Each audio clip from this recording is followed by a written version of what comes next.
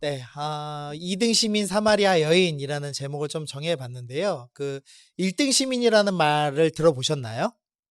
아마 어르신들은 가끔 들어보셨을 것 같은데, 저분 아시는 분 계시나요? KBS 아마 앵커였던 걸로 기억하는데, 한 IMF 터졌을 때 아마 알려주신 그런 분이신 것 같아요. 아마 지금 한 30년 전일 것 같은데, 그때 당시 이제 1등 시민이라는 표현을 썼더라고요. 그래서 저도 그냥 익숙해서 당연히 있는 단어라고 생각을 했는데, 사실 사전에 등재되지 않은 그 말이라고 합니다. 그래서 보통 1등 시민을 이 선진국 반열에 들어간다, 뭐 이렇게 만불 시대에 접어들었다 그러면서 우리도 이제 1등 시민이 되어야 된다, 이제 이럴 때 쓴 표현이라고 합니다. 그런데 이제 지금은 조금 또 의미가 좀 바뀌어 가지고요. 지금은 1등 시민을 뭐라고 하냐면, 서울 알토란 땅에서 자가 주택을 갖고 있는 사람을 1등 시민이라고 부른답니다. 그리고 서울 밖에 있는 수도권과 지방에 사는 사람들이 2등 시민이다, 뭐 이렇게 부르는 말이 있더라고요. 좀 기분 나쁘죠? 네, 서울은 공기가 아주 나쁜 데 삽니다. 저희는 공기 좋고 물 좋은 데 사는데. 네, 어쨌든 이 2등 시민이라는 표현을 좀 써봤는데요. 그 이유가 뭐냐면, 사실 2장이라고 잘못 적었습니다. 3장입니다. 요한복음 3장의 니고데모와 4장의 사마리아 여인이 은근히 지금 비교되고 있는 본문이기 때문입니다. 요한복음 3장의 니고데모는 어떤 사람이었냐면 바리새인이었죠. 그리고 사내들인 공회의 공의원, 그래서 71명의 국회의원 중에 하나였고, 또 바리새인 중에서도 특별히 말씀에 정통한 서기관이었습니다. 그리고 니고데모의 이름이 뜻이 승리자였는데, 아마도 그 마카비 왕조가 이 나라를 세울 때 전쟁 영웅 가문이었다라고 이제 추측을 합니다. 니고데모는 1등 시민이라고 부르기에 부족함 없는 사람이었습니다.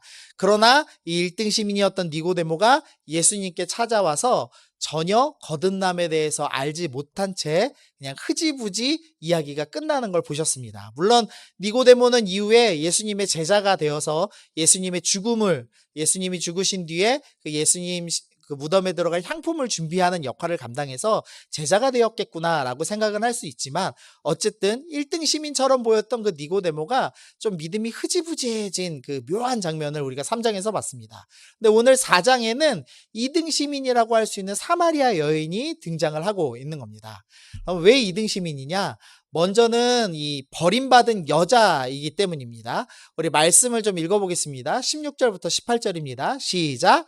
이르시되 가서 내 남편을 불러오라.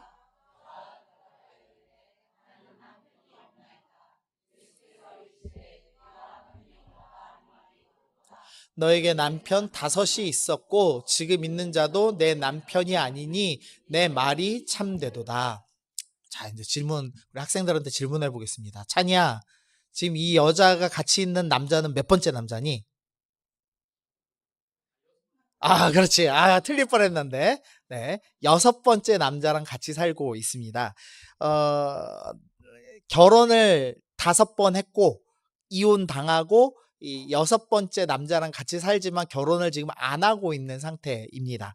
그러면 이 사람은 어떤 사람인가요? 우리 머릿속에 순간 스치는 거는 나쁜 표현들 많이 떠오르시죠? 여자가 어떻게 저렇게 남자를 여러 명 갈아쳐, 뭐 이런 식의 나쁜 생각을 할 수도 있는데요. 사실은 이 여자가 나쁜 게 아닙니다. 왜냐하면은 여자는 이혼을 하자고 요구할 권리 자체가 없습니다, 당시에는. 그런데 이 사람이 지금 6번째 남자를 만났다는 건 무슨 소리냐면, 만났던 남자들마다 여자를 버린 사례입니다. 그러니까 사실은 이 여자는 진짜 일방적으로 남자에 의해서 지금 인생이 짓밟히고 있는, 남자에 비해서 2등 국민이 된 불쌍한 여자를 지금 표현을 하고 있는 거죠. 우리가 6절에 보면은 이 우물에 여인이 당도했을 때 시간이 6시쯤 되었다라는 표현을 합니다. 근데 아마 기존에는 이렇게 배우셨을 거예요.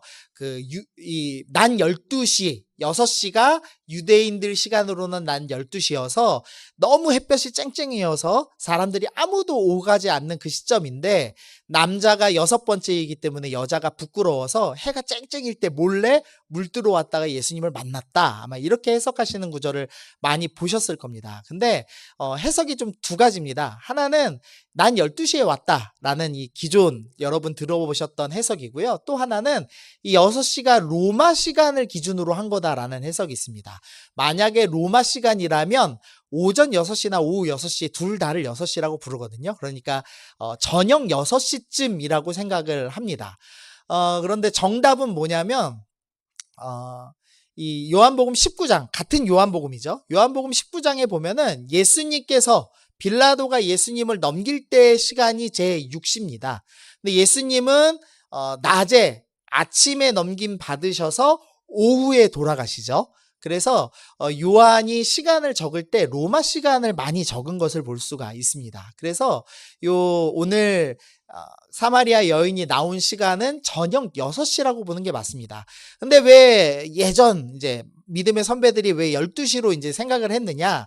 여인의 인생이 가장 비참한 시간이 12시를 가리키는 거거든요. 왜냐하면 가장 비참할 때 남자들한테 버림받고 결혼을 수도 없이 많이 한 이 여자는 사람 눈길이 두려워서 낮에 몰래 다니고 있습니다. 이래야 여자의 비참함이 더 강조되기 때문에 12시라고 많이 표현했습니다. 그런데 사실은 오후 6시가 되어도 여자의 비참함은 동일하죠. 여자가 이미 6번째 남자를 만나고 있다는 것이 이 얼마나 심각한 버림을 받았는지를 알 수 있는 장면입니다. 그래서 이 여자는 남자한테 버림받은 정말 고통스러운 사람이구나. 이제 이 정도 생각하시면 될 것 같습니다. 그래서 정리를 좀 해놨는데요. 이게 복잡해서 당시 여자는 이혼 요청을 할 수 없었고 따라서 사마리아 여인은 남자 5명에게 버림받은 비참한 여성입니다. 그런데 중요한 것은 당시에 이런 여성이 많았습니다. 유대인들한테도 많았고 사마리아 사람들에도 많았습니다. 그래서 사마리아 여인이 눈치 보고 도망 다닐 정도는 아니었습니다. 그러면 이제 무슨 의미인지 아시겠죠? 정말 여자들의 인생은 비참한 인생이었던 겁니다. 사람들에게 버림받는 것이 너무나 당연한 그런 삶을 살고 있었던 겁니다. 두 번째로 이 사마리아 여인이 2등 국민인 이유는 유대인에 비해서 이 사마리아인들이 2등 국민이었기 때문입니다. 북이스라엘이 이 기원전 722년에 아수르에 의해서 멸망을 당했습니다. 근데 멸망당한 이후에 무슨 일이 있었냐면 우리 말씀 한번 읽어보겠습니다. 자, 시작. 아수르 왕이 바벨론과 구다와 아와 하맛과 스발와임에서 사람을 옮겨다가 이스라엘 자손을 대신하여 사마리아 여러 성읍에 두매. 네, 여기까지 보겠습니다. 아수르 왕이 어떤 정책을 펼쳤냐면 민족들이 반란을 일으키는 이유는 민족끼리 서로 뭉쳐있기 때문에 반란을 일으키는 거다. 그래서 아예 민족을 찢어버리자라고 이제 결정을 내렸습니다. 그래서 어떻게 했냐면 이 바벨론이나 여러 지역에 있는 남자들을 사마리아 지역에 옮겨놓고 사마리아 지역에 있는 사람들은 또 일부를 옮겨다가 바벨론이나 다른 지역에다 갖다 놨습니다. 그래서 강제로 결혼시켰습니다. 이해가 되시나요? 그러니까 민족을 강제로 섞은 겁니다.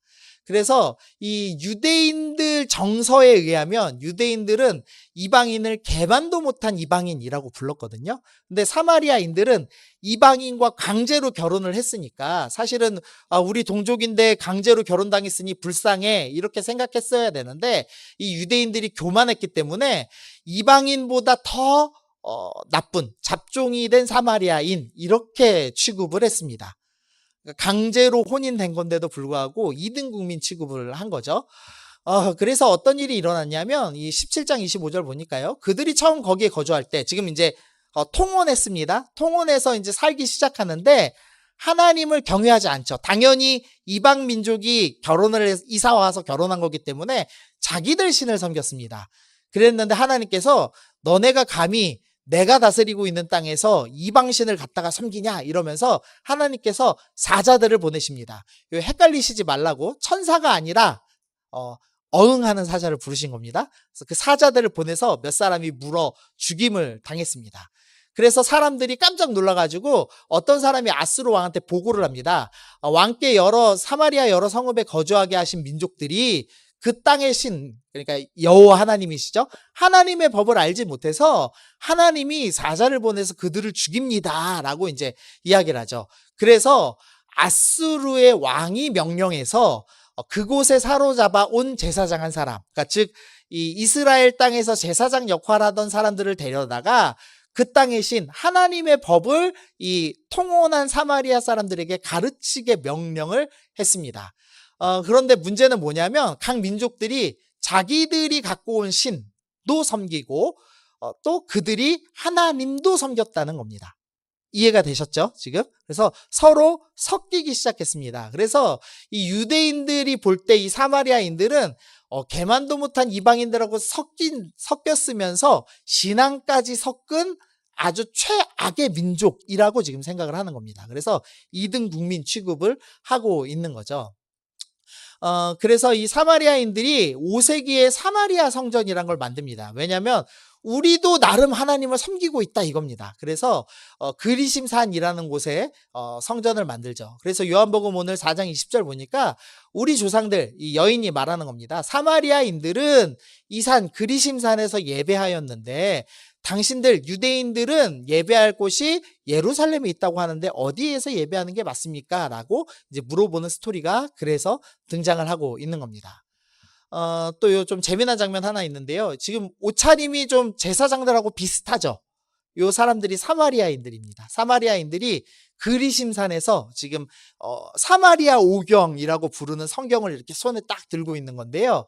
이 사마리아인들이 자기들도 하나님 믿는다 그래서 모세 오경하고 거의 비슷한 자기들 언어로 오경을 기록합니다. 그래서 사마리아 오경이라고 부르는 성경도 갖고 있습니다. 그래서 뭔가 좀 짬뽕 됐습니다. 그런데 이제 어쨌든 하나님은 섬깁니다. 그러나 제대로는 섬기지 못하고 있는 거죠. 그래서 이 사마리아인들이 뭘 강조하냐면 야곱을 강조합니다. 21절 보시니까요. 우리 조상 야곱이 이 우물을 우리에게 주셨습니다. 이런 표현을 하는데요. 혹시 성경에서 야곱의 우물이라는 거 들어보신 적 있으시나요? 네. 있다고 하시면은 이제 이단입니다. 네. 이삭은 우물을 파죠. 근데 야곱은 우물 파는 장면이 없습니다.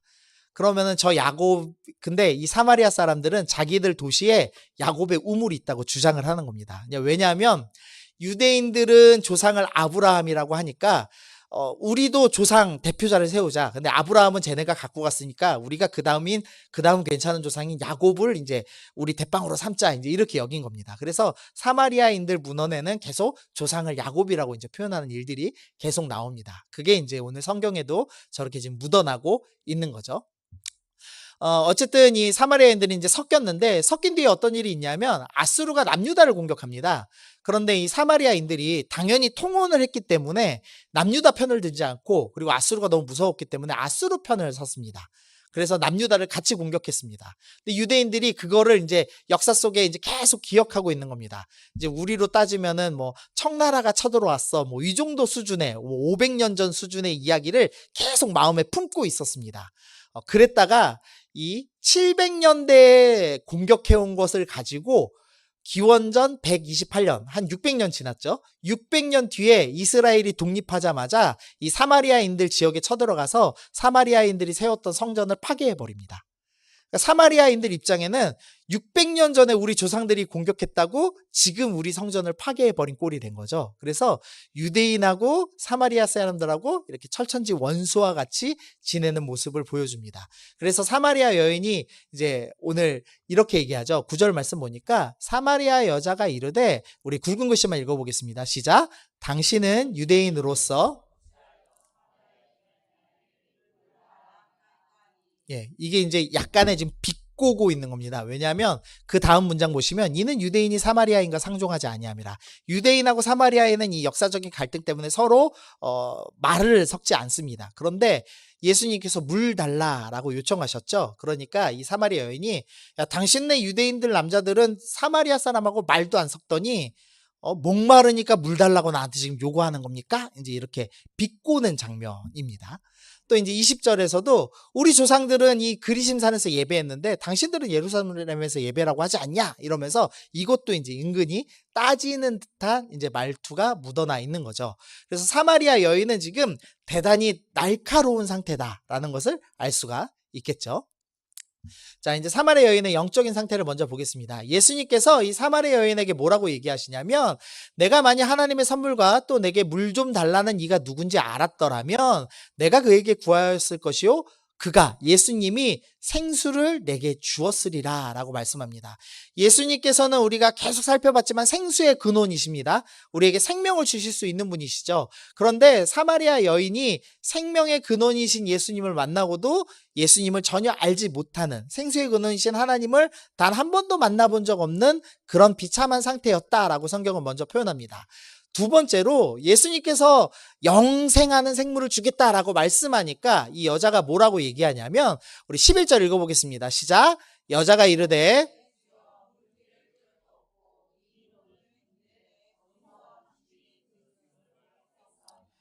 여자가 이렇게 얘기하는 겁니다. 아니, 당신이 생수를 준다고 하는데 물 기를 그릇은 있냐? 더 좋은 그릇으로, 뭔가 물질적으로 좀 그럴싸한 금그릇 같은 걸로 제대로 이렇게 퍼야 되는 거 아니냐. 그리고 지금 우물은 되게 깊어서 없는데 우물이 펑펑펑펑 솟아나와서 정말 이 목구멍까지 찬 그런 신비한 우물, 거기서 물을 떠야 생수가 되는 것 아니냐, 이러면서 예수님께서는 영적인 생명, 영적인 물을 주신다고 말씀하시는데 사마리아 여인은 철저하게 물질적인 이해를 하는 겁니다. 어떤 좋은 그릇, 어떤 좋은 우물이 있어야지 거기서 영생할 수 있는 물이 나오는 거지, 당신은 그런 거 줄 수 없습니다. 이제 이렇게 표현을 하고 있는 거죠. 자, 세 번째입니다. 사마리아 여인은 남편이 5명, 그리고 6번째 남자와 살고 있죠. 보통 이 정도로 남자 놈들한테 질리면 어떻게 하죠? 혼자 살죠. 그게 속 편하죠. 예. 근데 또 남자를 만났습니다. 그러니까 이 사마리아 여인은 그래도 사람을 통해서 뭔가를 해결하고 싶은 욕망이 있는 사람입니다. 사람을 통해서 내 영혼의 갈증, 내 삶의 그 어떤 어려움을 해결해야지라는 욕구가 끊임없이 있는 사람, 그 사람이 사마리아 여인이었습니다. 그리고 마지막으로 이 예수님께서 선지자인 걸 깨닫자마자 여인이 무슨 질문을 하냐면, 우리 조상들은 그리심산에서 예배합니다. 당신들은 예루살렘에서 예배합니다. 이렇게 표현하면서 어디서 예배하는 게 맞습니까? 이런 이제 질문을 하죠. 그리고 이제 25절에서도 이 여자가 말하는데, 메시아라고 하는 그분이 우리 성경에도 오신다고 기록이 되어 있습니다. 이제 이렇게 얘기하는 구절이 있습니다. 그러니까 이 여인은 자신들의 그 혼합 종교를 의지하고 있는 사람이었습니다. 근데 문제는 뭐냐면은요, 예수님께서 선지자이심을 깨달았습니다. 왜냐하면 자기가 남편이 6 있는 것을 예수님이 아셨거든요. 자, 여러분들께 질문 드려볼게요. 지금 만약에 어떤 선지자로 보이는, 여러분의 과거를 낱낱이 다 아는 어떤 목사님을 만났습니다. 그러면 여러분 뭐 질문하고 싶으십니까? 로또 번호 하시면 안 되죠. 뭐 질문하셔야 됩니까, 그러면? 정말로 영적으로 뛰어나서 하나님과 소통하며 나의 과거를 다 아는 어떤 목사님을 만났습니다. 그럼 뭐 질문하시고 싶으십니까? 이제 그러면 이제 진짜 핵심 질문을 해야죠. 제가 저 예수님을 더 잘 알고 싶은데 사실 잘 모르겠어요. 기도가 안 돼요. 내가 내 자녀가 예수님 더 잘 믿었으면 좋겠는데 기도는 하는데 안 되는 것 같은데 어떻게 해야 돼요? 뭐 이런 영적인 질문을 해야 맞겠죠. 근데 사마리아 여인이 예수님을 선지자로 여기자마자 무슨 질문하냐면, 당신네는 저기서 예배하는데 우린 여기서 예배하는 게 뭐가 맞습니까? 이걸 물어보는 겁니다. 그러니까 종교적으로 어떤 그 첨예한 질문들, 그 예민한 질문들을 먼저 얘기합니다. 자기 영혼에 대한 관심을 갖고 있어야 되는데 영혼에 대한 관심보다 다른 격가지가 더 많은 사람입니다. 이해가 되시나요? 이제? 그러니까 이 사마리아 여인의 영적 상태를 이제 이해할 수 있겠죠. 생수에 걷는 대신 하나님도 만나지 못했고, 영적인 이해가 없어서 오로지 물질적인 걸로 뭔가 해결해야 하고, 인간관계로만 뭔가 해결하려고 하고, 선지자를 만나서조차 영적인 질문을 해내지 못하는, 그래서 종교적인 어떤 겉에 보이는 질문들, 뭐 11조는 해야 되나요? 뭐 어디 가서 예배드리는 게 좋나요? 어느 기도원이 영적인 뭐 은혜 받나요? 뭐 이 정도 수준의 질문만 할 수 있는 아주 초라한 영적인 상태를 가진 사람, 그 사람이 사마리아 여인이라고 오늘 본문이 설명하고 있는 겁니다. 그래서 비교를 해보면 3장의 니고데모는 이렇게 1등 시민이었는데 사마리아 여인은 이렇게 비참한 사람입니다. 버림받았고 사마리아 사람이고 비참한 영적인 상태를 갖고 있는 2등 국민이어서 2등 시민이어서 주님이 찾아가실 필요가 없는 비참한 사람이라는 것을 오늘 본문이 계속해서 설명을 하고 있는 겁니다. 그런데 예수님께서 찾아오시기 시작하는 거죠. 1절과 2절, 우리 3절, 4절만 1절만 한번 읽어보겠습니다. 시작. 예수께서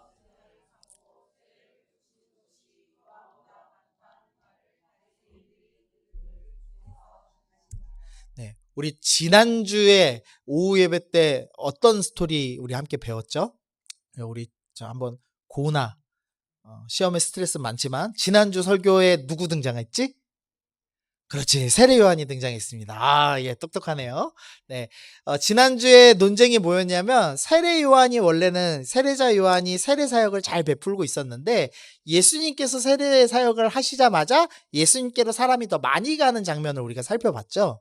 그런데 오늘 4장에서 이상한 스토리가 나오는 겁니다. 예수님이 사역이 너무 잘 됩니다.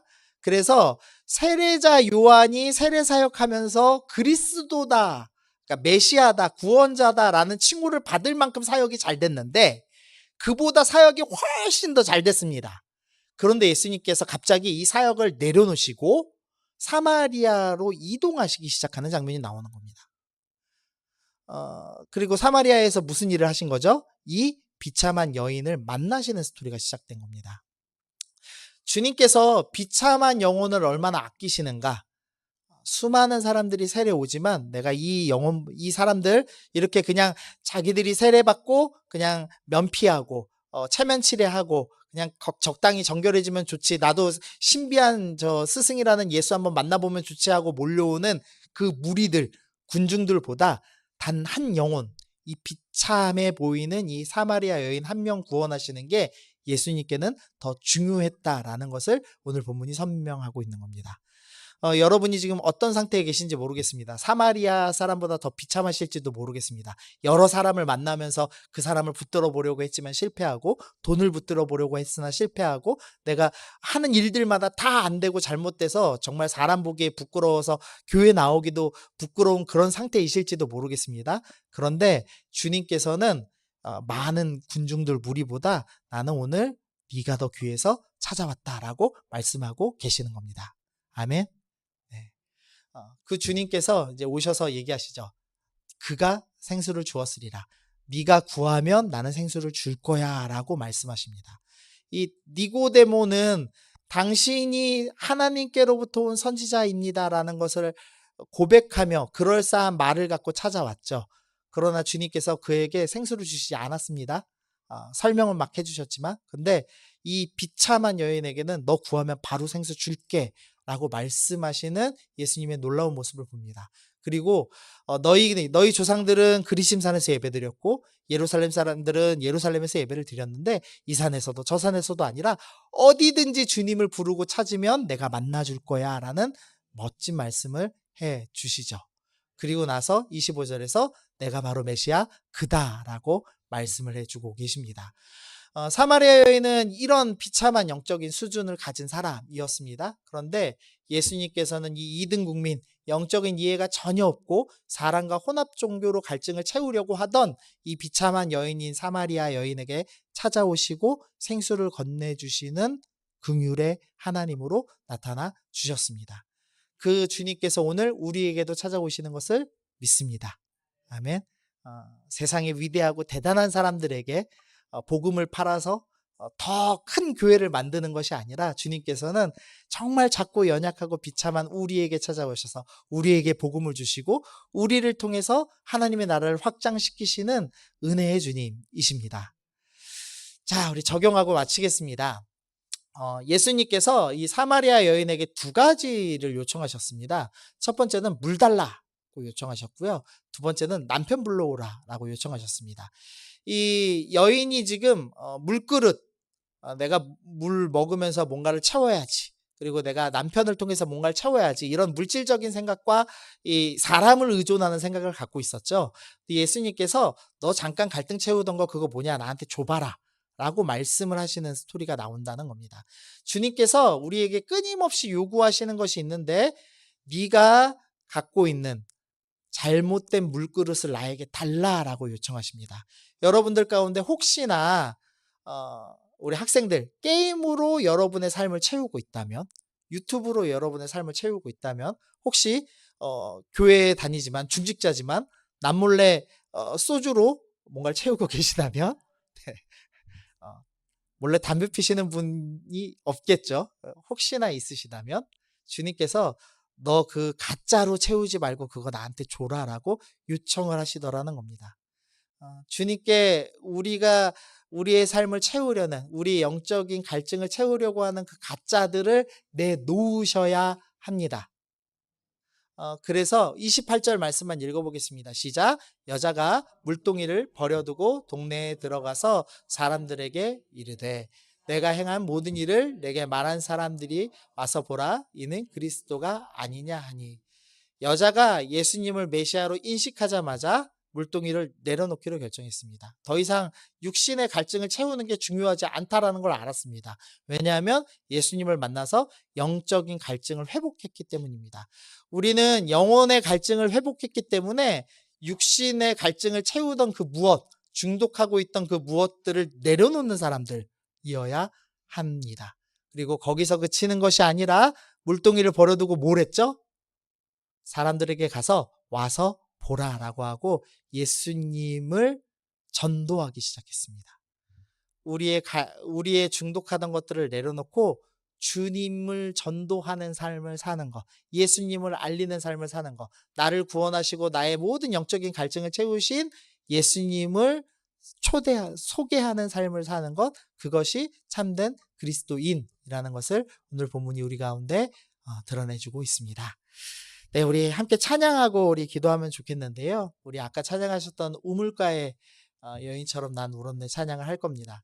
이 찬양 마지막 가사 좀 띄워주시면은요. 네, 뒤로 좀, 예. 오 주님 채우소서 나의 잔을 높이 듭니다. 라는 표현이 있습니다. 여인은 한 게 없습니다. 주님이 찾아오셨습니다. 그리고 주님께서 그 여인의 물그릇을 내려놓게 하시고 영혼의 그릇을 채워주셨습니다. 오늘 그것 좀 기억하시면서 주님, 나는 정말로 구원받을 자격이 없는 자이지만 내 그릇을 채워주시는 내 마음에 영혼에 이 갈증되고 갈망해서 끝없이 사람을 구하고 돈을 구하고 세상을 구하는 이 갈급한 나의 심령을 채워주실 주님을 기대하고 소망합니다. 우리 그 마음을 가지고 우리 함께 찬양하며 나아가겠습니다.